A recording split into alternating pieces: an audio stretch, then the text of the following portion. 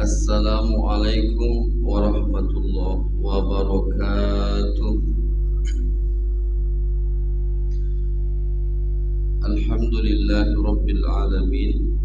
Alhamdulillahillazi ja'ala lakum fil Qur'anil karim wa rasulahu bil huda li Islam. Asyhadu an la ilaha illallah wahdahu la syarika lah wa asyhadu anna Muhammadan abduhu wa rasuluh. Allahumma fassalli wa sallim wa barik ala sayyidina Muhammad wa ala alihi wa ashabihi ajma'in. Wal awwal wal akhir wal zahir wal batin kharajan nas minaz zulumati ila nur aw siratim mustaqim rahmatan lil alamin. Rabbi israh li sadri wa yassir li amri wahlul 'uqdatam min lisani yafqahu qawli, amma ba'd. Qala Allah Ta'ala fil Qur'anil Karim, a'udzu billahi minasy syaithanir rajim. Bismillahirrahmanirrahim.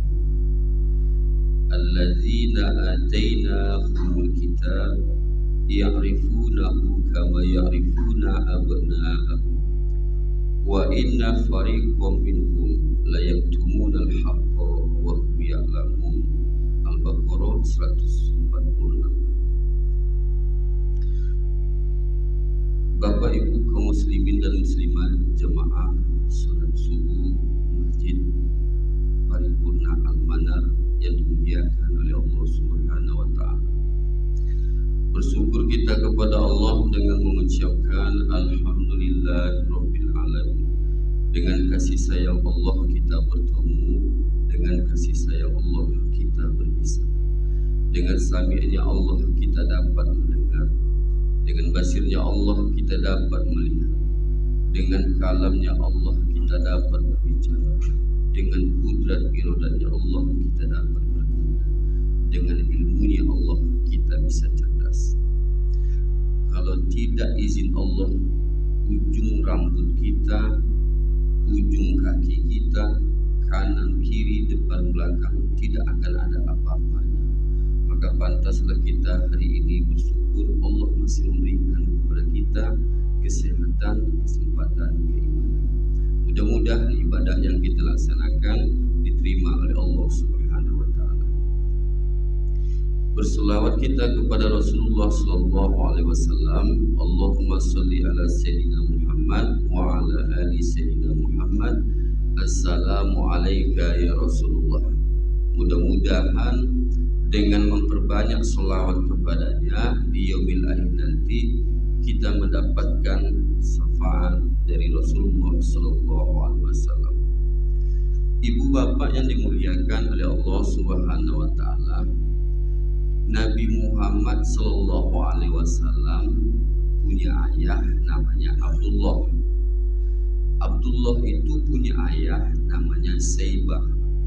Saibah punya ayah namanya Hasim. Hasim punya ayah namanya Abdul Manaf. Abdul Manaf punya ayah namanya Qusay.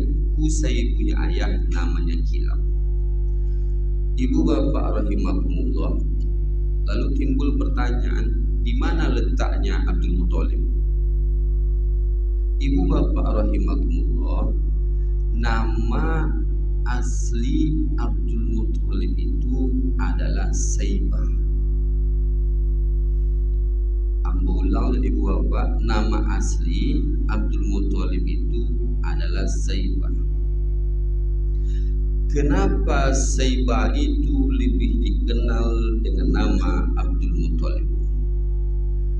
Jadi bapak rahimakumullah, Abdul Manaf itu punya anak dia yang pertama Hasim, yang kedua Muthalib. Jadi bapak, ketika Saibah ini lahir, beberapa bulan atau masih kecilnya Saibah ini, Hasim ini wafat. Hasim ini wafat, maka Saibah ini dibawalah oleh ibunya ke pinggiran negeri Madinah pada waktu itu. Beberapa tahun setelah itu datang saudara ayahnya yang bernama Muttalib. Datang kepada ibunya, "Wahai bunda, saya ingin membawa Saibah ke kota Mekah." Kata ibunya, "Kalau saya sebagai orang tua tidak bisa memaksakan anak saya Saibah ini. Kalau dia mau ikut dengan engkau, saya izinkan. Tapi kalau tidak mau ikut, jangan dipaksa," kata ibu Saibah kepada Muttalib. Jadi disampaikanlah oleh Muttalib ini kepada ibunya, "Wahai bunda, aku melihat dalam diri Saibah ini terdapat tanda-tanda menjadi orang besar. Kalau dia tinggal di kampung, maka tidak berkembang. Maka saya akan mencoba untuk menyampaikan kepadanya Saibah, karena Saibah ini juga anak dia, Bapak. Karena Muttalib dan Hasib ini adik beradik dia. Berarti apaknya kalau bersawa itu, Pak? Apaknya kan? Disampaikanlah kepada Saibah oleh Muttalib. Akhirnya singkat cerita, Abdul Muttalib itu, Saibah itu mau ikut dengan Muttalib ini. Kebiasaan Muttalib pada saat itu dia suka membeli budak. Jadi kita ini Bapak rahimahullah dulu itu diperjualbelikan. Salah satu pekerjaan Muttalib ini adalah menjual belikan budak, berdagang dan menjual belikan budak. Karena kebiasaan dia itu di kota Mekah menjual budak, ketika Saibah yang kecil ini dibawanya, diletakkan di belakangnya, maka sebahagian besar orang Jazirah Arab di Mekah pada waktu itu dia mengatakan Abdul Muttalib. Abdul itu adalah hamba dan Muttalib itu adalah Muttalib. Maksudnya Saibah ini dikatakannya Saibah ini adalah hambanya Abdul Muttalib. Maka sejak itu Bapak rahimahullah terkenallah Saibah ini dengan nama Abdul Muttalib. Ibu bapak dimuliakan oleh Allah Subhanahu wa taala. Maka kalau kita dulu orang kampung kan ada golo bahasa kampung ya. Misalnya nama Ambo kan Rusmanto. Dulu waktu kocek nama Ambo Maman, Bu. Kan masuk akal kan? Maman. Waktu sekolah berubah lagi. Rus saja nyo. Ambil kata depan aja Rus. Waktu SMP tetap Rus juga. Masuk ke pesantren dulu berubah jadi Anto. Masuk kuliah jadi Anto. Sampai sekarang jadi panggilannya Anto. Jadi kan dulu tuh kita tuh dibergelar oleh orang tua kita mungkin sesuai dengan zamannya. Begitu juga dengan Abdul Muttalib itu. Nama aslinya tidak dikenal, tapi nama gelar panggilannya setiap hari itulah. Maka sejak itulah Saibah itu dikenallah dengan Abdul Muttalib. Ibu bapak yang dimuliakan oleh Allah Subhanahu wa taala. Lalu kenapa Abdul Muttalib itu memberi nama Muhammad? Suatu saat ibu bapak rahimakumullah, Abdul Muttalib ini istri pertamanya wafat, istri kedua wafat, istri ketiga wafat. Ada yang mengatakan dia memiliki 5 istri, ada yang mengatakan 4 istri. Wallahu a'lam. Tapi waktu kejadian ini dia adalah duda keren, uang kayu tapi duda. Suatu saat ibu bapak rahimakumullah, berjalan-jalanlah Abdul Muttalib ini ke negeri Sam. Sampai di negeri Sam, dia bertemu dengan ahli kitab. Nabi Isa telah wafat, Nabi Muhammad belum lahir atau Nabi akhir zaman belum lahir. Maka orang dulu petakannya itu Bapak ada ahli kitab. Jadi patokan hidup kita itu dulu sebelum Nabi Muhammad itu lahir, masa transisi, tidak ada nabi dan rasul, maka orang itu hanya mempercayai kepada ahli kitab. Ahli kitab yang mengakui Allah sebagai Tuhan. Datanglah ahli kitab kepada Abdul Muthalib, "Wahai fulan, engkau dari mana?" Maka ibu bapak rahimakumullah, Abdul Muthalib ini mengatakan, "Saya dari Mekah." "Apa suku engkau?"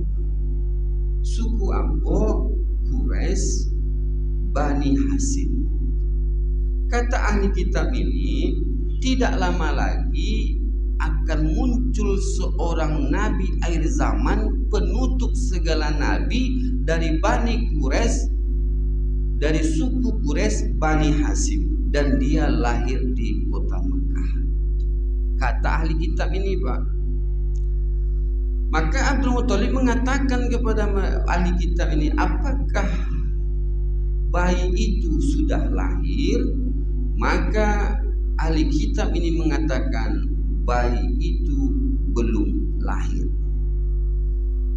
Maka sejak itu sampailah Rasul lahir. Maka Abdul Muthalib ini bernazar dia, Pak, dalam hatinya, kalau ambo punya anak besok ambo beri nama Muhammad, atau kalau ambo punya cucu ambo beri nama Muhammad. Mulai saat itu, Pak, maka bernazarlah Bunda Abdul Muthalib ini dalam dirinya. Pulanglah dia ke kota Mekah. Beberapa saat setelah itu, Bunda, Abdul Muthalib ini pergilah dia ke Yaman. Sampai di Yaman, dia bertemu lagi dengan ahli kitab yang berada di Yaman. Sam di atas, Yaman di bawah, Mekah di tengah. Pergi dia ke Yaman, bertemu dengan ahli kitab. Maka ahli kitab ini bertanya lagi kepada Abdul Muthalib, "Wahai fulan, engkau dari mana?" "Aku dari Mekah." "Apa suku engkau?" "Suku aku Quraisy Bani Hasim." Maka ahli kitab yang di Yaman itu berkata dia kepada Abdul Muthalib, "Bolehkah aku melihat telapak tangan engkau?" Kata ahli kitab nih, Pak, "Bolehkah aku melihat telapak tangan engkau?" Maka Abdul Muthalib mengatakan, "Kalau telapak tangan silakan, tapi selain itu aurat saya tak mau." Kata Abdul Muthalib kepada ahli kitab. Lalu dilihatlah tangannya, Pak. Lalu apa kata ahli kitab ini? "Aku melihat di antara telapak tangan engkau ini tanda-tanda malaikat dan tanda-tanda kenabian. Dan aku melihat tanda-tanda kenabian itu dari Bani Zuhro." Tentu ahli kitab bertanya, "Apakah engkau punya syah?" Syah ini, Pak Ibu, istri. Jadi, apakah engkau punya istri? Kata Abdul Muthalib, "Untuk saat ini ambo tak punya bini, ambo duda, bini ambo lama meninggal." Kata Abdul Muthalib, "Kalau engkau besok mencari istri, carilah dari Bani Zuhro." Maka Bapak rahimahullah, cuma kalau untuk zaman sekarang jangan pula Bunda Bapak percaya pula. Ini kejadiannya sebelum Nabi Muhammad lahir. Ente coba tengok tangan ante, dia tengok kan. Mohon maaf ya kan. Iku kalau tengok telapak tangan laki ante ibu. Mana tuh Bunda? Jangan percaya, ini hanya ramalan, tapi kejadiannya sebelum Rasul lahir. Termasuk apa? Tengoklah telapak tangan bego. Ikut telapak tangan nampak kok. Kalau tidak salah, ambo tengok kok. Dua bini apa? Terus semangi apa tu lah? Itu tidak boleh Bunda, tidak boleh. Itu syirik nanti. Kalau percaya pula kita seperti itu syirik. Aja lah, pada tengok telapak tangan dia tengok aja. Kadang umur 70, ya sadar diri aja lah Pak. Umur 70 nyawa bini lu apa lah. perlu caro kok. Sadar diri aja, dekatkan diri kepada Allah Subhanahu Wa Taala. Kan tak lama awak mati dah gitu. Banyak ibadah. Tapi apa yang umur 50 duda, berdoa kepada Allah. Kalau bini apa lah meninggal, ya doa kepada Allah. Mudah-mudahan diberikan oleh Allah istri selanjutnya yang solehah. Amin. Ada duda sih kok Pak? Tak ada Pak ya. Bunda ada jando sih kok? Tak ada kan? Alhamdulillah lah. Syukurlah Bapak Ibu masih punya suami, masih punya istri. Bapak Ibu yang dimuliakan oleh Allah Subhanahu Wa Taala, maka setelah kejadian itu berusahalah Abdul Muthalib ini mencari istri dari Bani Zuhro. Bayinya kasudi kota Mekah tu bunda dicari tek ada jando sikonya. Oh ndak ada siko gadis sodonya. Dicari lo ke sudut kota Mekah yang lainnya. Ada ndak anak gadis siko Pak ini Bu? Oh anak dia lah laki sodonya. Dicari lo. Lah mepak Abdul Muthalib tu mencari perempuan Pak Ibu rahmatullah. Ndak ada apa yang nama Bani Zuhro. Waktu kejadian itu Pak, Abdullah ini sudah remaja dan dia pun udah mau menikah pula. Maka singkat cerita Ibu Bapak rahimakumullah, Abdul Muthalib ini menikah dengan Hala binti Uhayb bin Abdul Manaf. Istri yang selanjutnya nih Pak ya. Abdul Muthalib menikah dia dengan Hala binti Uhayb bin Abdul Manaf. Kemudian Ibu Bapak rahimakumullah, Abdullah menikah pula lah dia dengan Siti Aminah binti Wahab bin Abdul Manaf bin Zuhro bin Kilab. Ternyata dari garis keturunan Siti Aminah itulah Bani Zuhro. Dan waktu itu Pak Ibu rahimakumullah, Abdul Muthalib itu dengan Abdullah itu sama-sama baralek gadangnya Pak. Makanya besok mana tahu Bapak bertemu kejadian dengan hal seperti ini, ayahnya menikah, anak menikah, sama-sama baralek, ibu bapak jeng kepo. Memang itulah takdir Allah yang diberikan kepada mereka. Abdul Muthalib ini sama-sama menikah dengan anaknya Abdullah itu. Abdul Muthalib menikah dengan Hala, sedangkan Abdullah itu menikah dia dengan Siti Aminah dari Bani Zuhro. Pokoknya besok Bu, nampak deh ibu kejadian seperti itu, ibu jangan kepo. Nggak nyangka ya, untuk tidak ada hari aja masa anak juga aja sama-sama menikah. Yang jelas sah Pak, yang jelas sah Bu, paham Bunda? Yang jelas Bapak itu kejadiannya sah. Tidak ada larangan Bapak duda, anak Bapak misalnya gadis menikah, Bapak duda menikah pula, sama-sama menikah, tak ada masalah, tak ada larangan dalam agama.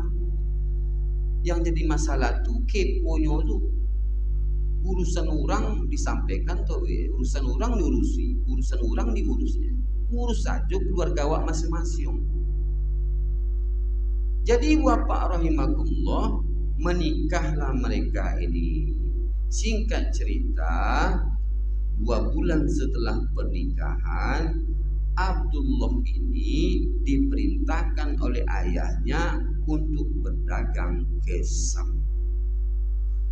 Sampai di Syam beberapa bulan, lalu dia mau pulang.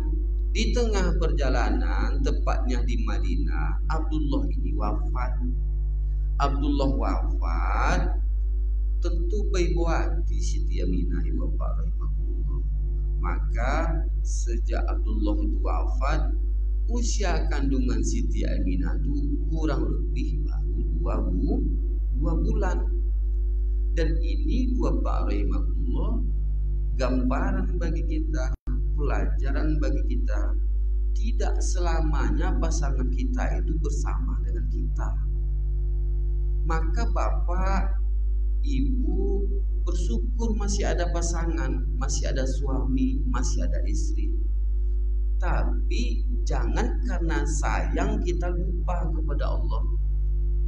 Ada mungkin kejadian baru menikah, suaminya meninggal, stres ibu. Berarti harus kita yakinkan dalam diri kita, Pak Ibu rahimakumullah. Jangan berharap kepada makhluk, berharaplah kepada Allah. Jangankan istri kita, Pak, kita sendiri pun akan diambil oleh Allah Subhanahu wa taala. Begitulah kejadian Siti Aminah itu, bersedih hati dia, Bapak Ibu. Maka singkatnya lahirlah Rasulullah Shallallahu Alaihi Wasallam tanggal 12 Rabiul Awal 571 Masehi. Sampai di situ Ibu Bapak rahimakumullah, ternyata ada kebiasaan di Arab itu, anak lahir tidak langsung disusukan, tapi diberikan kepada orang yang memang pekerjaannya menyusui anak. Salah satunya Rasulullah ini disusukan juga oleh orang lain dari Bani Sa'ad, itulah Halimatus Sa'diyah. Datanglah orang Bani Sa'ad kepada ibunya Siti Aminah dan kakeknya Abdul Muthalib. Bu, boleh ambo coba menyusukan Muhammad yang kecil ini? Maka cobalah, katanya. Dicobanya, Bu, menangis, Pak. Menangis Rasul sejadi-jadinya. Lupa tahu dek Rasul baru suku melawan kalaki, Bu. Tahu dek Rasul, Pak. Menangis sejadi-jadinya Rasul. Tak mau. Rasul itu, Bu, Pak, itu orang yang suci, jiwa raganya suci, jasmani rohaninya suci. Maka tidak bisa setetes pun masuk ke dalam tubuhnya itu. Maka ditolak oleh Rasulullah, menangis. Lupa makku suku melawan ke laki. Melawan ke laki. Laki baru pensiun, Pak Ibu rahimakumullah, lalu sebantau subuh, Pak. Disobik kucing tua. Tentu di kucing tua. Kan ada di rumah kita sofa. Kita guling-guling di sana, ternyata samping tuh ada kucing. Kucing ini tidur pula. Sebenarnya ibu ini mau memarahi suaminya, tidur aja, tapi karena ada kucing dikiaskannya ke kucing.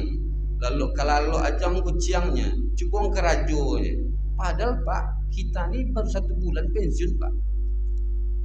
Sebelumnya kita berangkat jam 6, pulang jam 8 malam setiap hari. Ini baru sebulan lakukan ceramah di bini awak. Itu makanya kata Rasulullah, Pak Ibu rahimakumullah, ada perempuan yang sholatnya tidak terima. Ada perempuan sholatnya itu tidak diterima. Salah satunya seorang perempuan yang ketika suaminya marah diambil lalu, Pak. Kalau pernah Pak merasakan kejadian seperti itu, Pak, apa berang gini dah kayak bini awak, berang saya jadinya. Tidak mau dengan cerita abang, diambil lalu, Pak. Awak sedang marah kok, diambil lalu, perempuan yang seperti itu, Ibu Bapak rahimakumullah, adalah salah satu perempuan yang tidak diterima sholatnya. Muta Ibu majlis taklim cek sore, atau segitu parang ibu, udah kayak laki Ibu, tak diterima amal ibadah. Hati-hati kita. Ya sakit hati dan ustaznya. Kalau kan sakit hati, jangan berlaki. Lebih aman tak berlaki. Kalau kan melawan ke suami, jangan berlaki. Itulah solusi. Tapi kalau sudah punya suami, wajib patuh kepada suami. Tapi dalam konteks Pak yang elok Pak yo, ego kata ustaz tuh, kau harus patuh jangan kau. Atau suhu yang salah, atau tidak boleh. Maksudnya dalam hal yang benar. Ibu bapak rahimakumullah, maka datang pula lah ibu-ibu kepada Rasulullah. Bunda Siti Aminah, boleh tidak ampu mencoba menyusukan Muhammad yang kecil ini? Cobalah, kata Siti Aminah. Dicobanya, menangis jadinya Rasulullah. Tak mau dia. Rupo ibuku Pak, inyo main julo-julo, minta nomor satu, setelah itu nggak mau membayarnya. Aduh ibu-ibu tuh pak, dia minta nomor satu, main jula-jula. Setelah dapat jula-jula tuh besok pindah tompeknya, tentu berutang orang jadinya sama dia. Tahu dia Rasulullah kok. Ibu kok nggak botunya, minta nomor satu, setelah itu nggak dibayar dulu, bacokak gara-gara itu. Manangi juga Rasulullah, tak mau dia pak. Datang lo bunda yang lain, Bunda Siti Aminah, boleh tidak saya mencoba untuk menyusukan Muhammad yang kecil? Silakan. Dicoba lo deh bunda yang surangku, manangi juga bapak ibu rahmatullah. Karena Rasul ini terjaga. Rupanya ibu yang menyusuinya ini rupanya ibu yang selalu mendapatkan serangan pajar tuh pak. Mambiok piti serangan pajar. Tentu tidak mau Rasulullah kau bercampur darah daging susunya ini dengan subhat yang tidak jale. Datanglah Halimatus Sa'diyah. Halimatus Sa'diyah ini buah Pak rahimahullah, kalau normalnya dia tidak menghasilkan lagi itu. Asinya itu udah kosong bu. Tapi ketika dia minta izin kepada Bunda Aminah, bolehkah aku menyusukan Muhammad yang kecil ini? Silakan.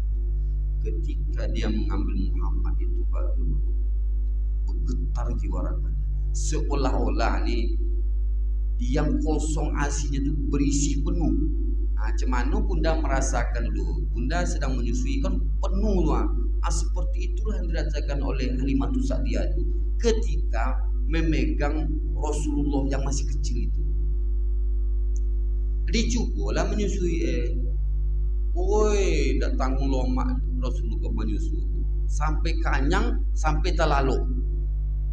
Singkatnya minta izinlah dia kepada Siti Aminah. Wahai Bunda Aminah, nampaknya Muhammad ini mau dengan saya. Bolehkah aku menyusukan dia?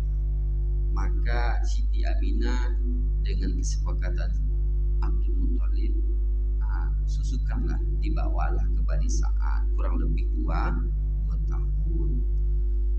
Ketika itu Bapak rahimahullah, maka tingkat ekonomi Halimatus Sa'diyah itu luar biasa. Dulu makan lado belacan, tak jali makannya. Lado geseng kalau ibu dulu tahu lado geseng itu, lado tuh pakai garam aja nyo, lado geseng nomor lado belacan. Sejak menyusukan Rasulullah, oh lah makan dendeng batokoknya bu, lah makan randangnya, lah makan ayam pop, pecel lele, segala macamnya. Taso tingkat ekonominya pun tinggi pak. Sonangnya hidupnya ketika membawa Rasulullah itu. Maka 2 tahun awal itu pergi lagi lah dia ke Siti Aminah. Siti Aminah, Bunda, kalau habis 2 tahun, aku minta izin untuk yang selanjutnya untuk menyusui Rasulullah. Bertambahlah 4 tahun Bunda. Sebenarnya sampai umur 6 tahun nih Bunda. Tapi 2 tahun yang kedua berarti umur 4 tahun terjadi keanehan. Berlarilah kaum Muhammad itu. Bunda Halimatus Sa'diyah, Nabi Muhammad kok dibunuh di orangnya. Ambo tak tahu orang betul tu terkejutlah Halimatus Sa'diyah, khawatir ya. Padahal yang datang itu Bapak rahimahullah adalah malaikat Jibril membelah jantung hatinya Rasulullah. Karena khawatir, maka tahun keempat itu disampaikan dibawa ke Siti Aminah. Kurang lebih 2 tahun dengan ibunya, karena dia sudah lama dan dia sudah agak besar. Maka Siti Aminah itu Ummu Aiman, mbak sahayanya, dan Rasulullah itu dibawa untuk melihat kubur ayahnya yang berada di Madinah. Sampai di Madinah, lalu pulang di desa Abwa atau di kampungnya itu sakit Siti Aminah, meninggal di situ, wafat di situ. Maka kata Ummu Aiman, ambolah berusaha mengecek Rasulullah, tapi Rasul yang kecil umur 6 tahun ini dia masih bahasa. Diajak mau Muhammad, dia kan makan wak diam je. Muhammad, awak pulang diam je. Tapi nyoba jalannya tu sampailah ke Mekah. Dan ini gambaran ibu bapak rahimahullah. Kalau ada kemalangan menimpa saudara kita, tetangga kita, kita yang bertakziah, kita yang bertakziah ke rumah duka itu salam, jangan banyak cerita, diam. Itulah bab sunnah takziah tu. Ibuku laki meninggal, labak bunuh, datanglah tetangga jemaah Masjid Al-Manar ke subuh. Undak nyangku apa meninggal capek bu yo. Baru patang apa basuh cerita dia apa bapak meninggal cerita lo le. Lah ibu lo dia mak ko pingsan lo pagi ko. Datang lo rombongan RT le jam 10 pagi. Jago siap pingsan ko. Undi nak nyangku bapak padahal orang baik di Al-Manar ku memberi sedekah kebutuhan Mas Haji. Ko ingat tu imam baiknya. Dia apa bapak meninggal cerita lo ibu tu le. Mabuk cerita aja ibu tu kan. Alah pingsan lo ibu lo hati lo jam 10 subuh pingsan, 10 pingsan. Ada datang keluarga dari jauh le jam 1 siang sampai ke rumah duka. Dia nak nyangku apa meninggal teh bete je mungkin saudaranya di kampung kan. Apa dia membantu kami dulu waktu kami sekolah. Dia apa meninggal baca cerita lo ibu tu le. Laki lo pingsan. Tentu ibu hati mencerita tu pak. Ibu hati orang cerita tu yang 1 hari 3 kali ibu tu pingsan dia mencerita tu aja. Lama-lama jam 5 datang lo orang pingsan lo. Yang pingsan kawal 5 kau yang mungkin ibu tu mati langsung gara-gara tu. Maka ibu bapak rahimahullah sunnahnya cukup salam saja, diam. Jangan banyak-banyak cerita pak. Diam aja. Kecuali Ustaz mana tu tahu siapa tu ceramah tu kan. Apa ibu kalau kenal dekat cukup salam diam aja. Salam diam, salam diam. Jangan banyak bercerita. Karena ibu hati itu pak termasuk Rasulullah ni bu. Ummu Aiman tu kan hamba sahayanya Abdullah. Dia ini membawa Rasulullah dengan Siti Aminah. Karena Rasul ini masih kecil, tentu Ummu Aiman inilah yang membawa ke Abdul Muthalib itu pak. Maka sunnahnya jangan banyak cerita ketika ada takziah. Jangan banyak-banyak bertanya. Diam kalau ibu ndak apa tengok aja. Diam tengok. Itu aja. Tapi jangan banyak cerita. Ibu bapak rahimakumullah. Maka diam ini luar biasa. Ibulah hati Rasulullah. Cuma ibu aduh beliau air mata kok kadang ilmiahnya gitu. Kalau suami ibu naik pangkat, anak ibu menikah, kan kita terharu tuh kan, senang hati kita. Kan kita mengeluarkan air mata tuh. Air mata yang ibu bapak keluarkan ketika bahagia itu dingin, itu ilmiah. Dingin pak. Cobalah tes. Anak apa menikah. Kan terharu kita anak ibu, anak apa dapat kerja yang bagus. Mau tahu dia di telepon dia Pak Prabowo kan bisa jadi pas pampres ya kan. Itu kan senang hati awak tuh. Senang hati kita itu kan keluar air mata kita. Air mata itu dingin. Beda dengan ketika kita emosi bu bapak, marah, emosi, beribu hati. Air mata itu tetap keluar juga. Tapi yang keluar itu adalah panas. Aduhlah kawan ambo meninggal bininya, masalahnya bunda apa? Ketika meninggal suaminya dan istrinya, tentu kita kan salam. Kemudian tidak sengaja tersentuh pipinya dengan pipi saya ini. Dia menangis, tapi dingin air matanya tuh. Dan lapu tuh. Tanda apa tuh bunda? Tanda bahagia pak. Bini meninggal rupanya air mata ini tidak bisa bohong. Bahagia rupa. Memang realitanya pak. 6 bulan setelah itu pak ibu rahmatullah, rupa kawanku bini ya yo. Luar biasa. Makanya ada apa-apa dia ditanya oleh ibu tuh. Rupanya istrinya meninggal. Pak, kok setiap hari bapak membawa ceret kuning pakai air putih? Sayang betul bapak dengan istri bapak. Bukan sayang bu, istri saya pesan, kalau belum tumbuh rumput dekat pusaran itu, bapak tidak boleh menikah, saya tidak boleh menikah. Jadi supaya cepat rumput itu tumbuh, setiap pagi saya siram dengan air putih. Maka ibu bapak rahimahullah luar biasa. Jadi kejadian ini terjadi kepada diri Rasulullah. Ibu antinya umur 6 tahun, ayah ibu meninggal umur 2 bulan, ayah meninggal. Inilah gambaran kepada kita ibu bapak. Tidak selamanya kita bersama orang tua kita. Tidak selamanya kita dengan anak kita. Tidak selamanya kita dengan suami kita. Tidak selamanya kita dengan istri kita. Maka jangan pernah bergantung kepada makhluk. Bergantunglah kepada Allah Subhanahu wa ta'ala. Ibu bapak yang dimuliakan oleh Allah Subhanahu wa ta'ala. Terakhir, berapa menit lagi Pak? Berapa menit lagi Pak? 10 lagi kan?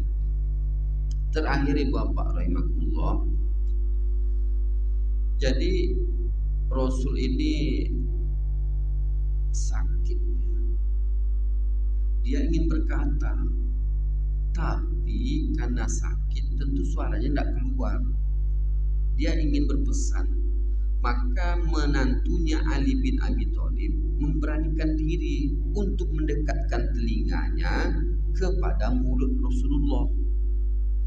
Maka apa kata Rasul kepada Ali bin Abi Thalib? Usikum bisolati wa ma malakat aimanukum. Jagalah solat engkau, peliharalah orang susah di antara kita. Dua itulah pesan Rasul. Ummati, ummati, ummati. Kurang lebih seperti itulah Bapak. Dan ini bukan untuk Ali saja Pak. Ini untuk kita umatnya. Peliharalah solat 5 waktu sehari semalam. Makanya Rasul itu mengingatkan kepada kita, jangankan kita, Rasul saja wajib bagi dia untuk melaksanakan solat 5 waktu. Ibu bapak dimuliakan oleh Allah Subhanahu wa ta'ala. Orang yang sengaja meninggalkan solat subuh, kata Rasulullah SAW, hobisan nafsi wa kaslana. Sengaja ibu, sengaja bapak meninggalkan solat subuh tanpa iklat yang jelas, maka kata Rasul, hobisan nafsi wa kaslana. Allah cabut semangat hidup dalam dirinya.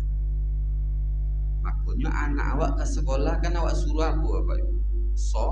Solat subuh. Tak pun mandinya tapi solat subuh pasti semangat ke sekolah.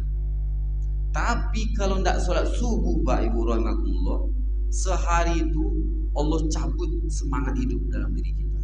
Bahaya Bapak Ibu. Maka hati-hati, sampaikan kepada anak awak, kalian jangan tinggal-tinggal solat subuh, jangan tinggal-tinggal solat 5 waktu sehari semalam. Dan itu harus kita ingatkan ibu bapak setiap hari. Kemudian orang yang sengaja meninggalkan solat zuhur, yang dia dapat hari itu tidak barokah. Apa bakarajo, tapi sengaja apa ndak solat zuhur, maka yang kita dapat hari itu ibu bapak tidak berkah, tak barokah.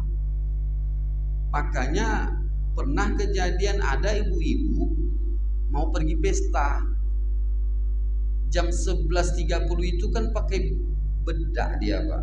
Dia udah ngambil wudhu nih, ngambil bedak, pakai skincare tuh bunda, skincare atau apa nama pokoknya itulah kan, pakai cala, pakai genju, apalah pakai lipstick segala macamnya. Tiba-tiba jam 12.15 buang angin. Kalau ambil wudhu begini kok. Pertanyaan ambo, bunda, basuh bodak tu atau langsung pergi pesta? Apa bunda? Bunda langsung pergi pesta, jangan bohong, anda usah mikir-mikir, memang kayak gitu tuh perempuan kayak gitu tuh. Lo kok tahu Ustaz? Ya tahulah bini yang macam itu masalahnya dulu. Jadi Pak, sejak kejadian itu, ambo bosan tuh kayak bini ambo. Kalau nyape barale setelah sholat zuhur.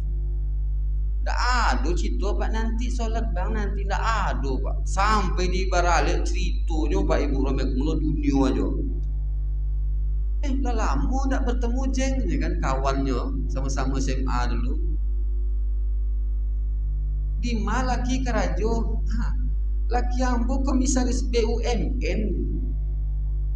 Berapa oto 3 itu anak 2 kayak itu aja kuliah. Ibu berarti kayu ya kan. Di mana kuliah? Anak ambo kuliah di UGM, UI, ITB. Wah, luar biasa. Ada seorang di luar negerinya. Labi nantu, lule. Aku akrajo laki ko ni. Laki ambo itulah tak jale serabutan. Anak kau, anak ambo tak ada kuliah susah. Tu makanya ambo kecil dekat perlu pilih-pilih cari laki tu. Dunia saja Pak. Dunia lah cerita beralih. Padahal Pak lakinya Pak realitanya tukang parkir Pak. Tukang parkir lagi dek cerita dunia malu dek kawan apa tingin-tingin lah cerita itu dunia semua dek lama cerita lewat zuhur bos lo je kawan yang lama lewat lo asar hari itu Pak zuhur asar tak solat dek gara-gara beralih itulah bahaya. Maka awak Pak sebagai suami jangan mau diajak istri pergi pesta sebelum waktu zuhur. Bahaya kok ndak solat ibu tu itu intinya. Lah selesai solat zuhur berangkat lah Pak ndak masalah doh. Kalau mau pergi pesta. Ustaz masalahnya kami ahli baiknya Ustaz. Itu lain lo cerita le Bu ya. Ambo yang beralih itu ya kan itu lain cerita lebih kalau kaji. Jadi sengaja ibu tak solat zuhur, bapak sengaja ndak solat asar, solat zuhur, maka Allah cabut semangat hidup dalam diri kita. Orang yang sengaja dengan tidak melaksanakan solat asar, faqad habitat amalu. Amalan yang dia kerjakan pagi sampai asar, pagi sampai siang akan dihapus oleh Allah Subhanahu wa taala. Sengaja bunda ndak solat asar, maka amalan subuh ini sampai zuhur dihapus langsung oleh Allah Subhanahu wa taala. Makanya kalau ndak ada alasan yang jelas Pak Ibu solat apa? Ustaz ambo karaju ambo tu bertukang Ustaz menggali parit. Baju ambo kotor-kotor. Macam mana tu Ustaz? Apa wajib solat? Ndak ada keringan, ndak ada kecuali apa mati itu apa ndak solat. Kami solatkan apa? Kok gitu Ustaz? Ya memang seperti itu. Ambo dulu kuliah menggali pahit ambo Pak. Itu masalahnya. Ambo tinggal di Sri Kandi dulu. Jadi kan ada tukang poging-poging tu di Sri Kandi itu ambo tukang menyemput nyamuk dulu tuh Itu sambil ambo sambil kuliah. Tetap ambo solatnya. Kadang bertukang ambo mancur ambo waktu kuliah tu.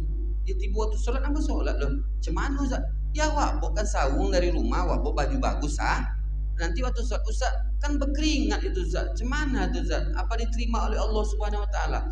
Soal diterima ndak diterima ndak urusan awak Pak. Yang jelas kita melaksanakan sholat. Jojol awak kerajo berkeringat, ya berwudu aja wak. Lap badan awak sholat. Soal terima ndak terima itu lain lo kaji deh. Yang jelas bapak sholat. Jende gara-gara batukang tak solat. Kalau ndak jen batukang apa? Jen kojo bare, aceh kojo kantor. Gitu aja. Maka wajib Pak, ndak ada alasan bapak ibu tidak solat. Orang yang sengaja tidak solat asar, amal ibadahnya dari pagi sampai siang Allah akan cabut. Orang yang sengaja meninggalkan sholat maghrib, Allah cabut cahaya iman dalam hatinya. Sengaja awak pak, bu, tidak sholat maghrib, Allah cabut cahaya iman dalam hati kita. Yang terakhir, karena waktunya sudah habis, orang yang sengaja meninggalkan sholat isya, maka mereka akan kena penyakit nifaq. Aduh, penyakit nifaq Ustaz, ayatul munafik salasu. Iza haddasa kasaba, wa iza wa'ada ahlafa, wa iza tumina khona. Orang yang sengaja meninggalkan sholat isya, maka Allah akan beri kepada mereka penyakit uang munafik. Makanya bunda, ada tetangga awaknya minjam piti bunda, solusinya apakah dia jujur atau tidak, tanyanya oleh sholat isya. Bu, boleh saya minjam uang 100.000? Untuk apa? Ini mau beli beras misalnya kan. Ibu sudah sholat isya. Aduh, nantilah. Munafik bu, aja dipinjam. Pada ibu agi aja 20.000. Tak akan dibayar dia. Kenapa? Berkata bohong. Orang munafik itu kan itu apanya? Berkata bohong, berjanji ingkar, dikasih amanah khianat. Tapi kalau nyoba tanya dok ke apa, dok ke ibu, bu, boleh pinjam uang 100.000 untuk apa, mau beli beras? Ibu sudah sholat isya tadi, alhamdulillah kan saya di belakang ibu di Al-Manar sholat jamaah. Apalah dok, berarti jujur ya, sultan doa. Itu kalau 1.000 pak, kalau 1.000.000 2.000.000 pakai matre bu pak, bahaya kok. Ibu bapak dimuliakan oleh Allah Subhanahu Wa Taala, maka Rasul itu mengingatkan kepada kita umatnya, jagalah sholat 5 waktu sehari semalam, peliharalah orang yang susah di antara kita. Mohon maaf atas kekurangan. Akhir kalam, assalamualaikum warahmatullahi wabarakatuh.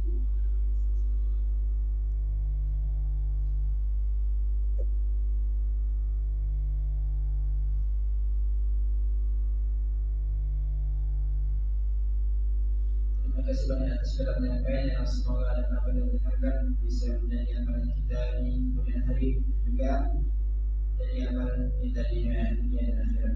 Baiklah, langsung saja kita tutup dengan baca doa kafaratul majlis. Subhanallahumma wa bihamdika, asyhadu an la ilaha illa anta, astaghfiruka wa atubu ilaik. Wassalamualaikum warahmatullahi wabarakatuh.